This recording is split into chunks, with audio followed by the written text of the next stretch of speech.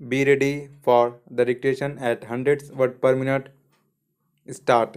Sir, after every 7 years or 10 years, you put the burden on the working class. Now, that is exactly what we are doing. To meet our deficit, we are borrowing money externally and internally, and internal borrowings will hit only the poor man. What do we do today? Today, we can raise funds.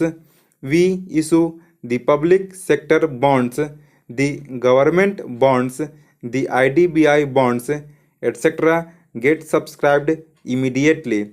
But the interest and repayment can only be at the cost of the common man. Now, another interesting point here is this: have we exhausted all the means? Suppose this is the problem. This is the expenditure of the country. Let us also assume that what the finance minister has done his best to curb expenditure.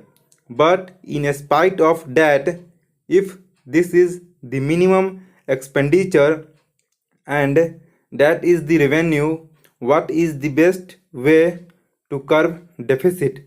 Sir, in the Western countries, in America, in England, in Western Europe, etc., the government expenditure goes up every year, and it will go up every year in every country because salaries and other expenses go up.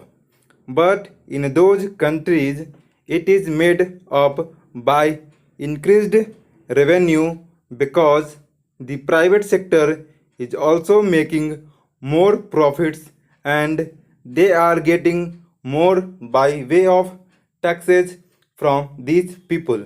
Now, in the socialist countries or the communist countries, there is no private sector.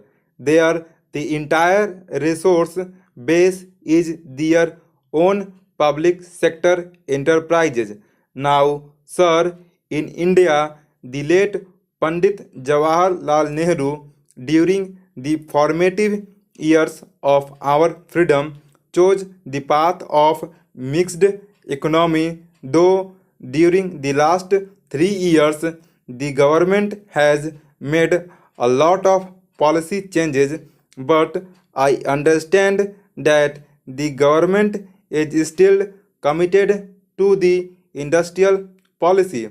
Resolution of 1956, the Industries Act 1951, and largely the policies of Pandit Jawaharlal Nehru. Now, sir, the policy of 1956 is largely and basically the policy of Pandit Jawaharlal Nehru, which was for a mixed economy in which there will be a private sector and there will be a public sector, and later on during Mrs. Indira Gandhi's time, the policy was that the public sector should have the commanding heights.